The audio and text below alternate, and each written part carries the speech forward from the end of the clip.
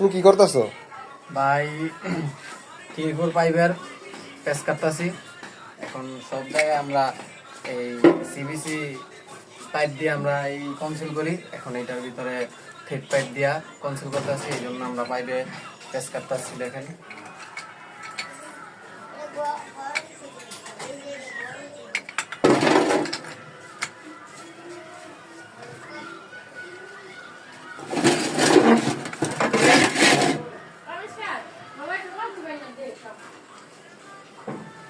এটা হলো একটি ছোট্ট বাথরুম। বাথরুমের কনসিলের কাজ করা হইতেছে। এখানে ফ্যান লাগাই নিছে।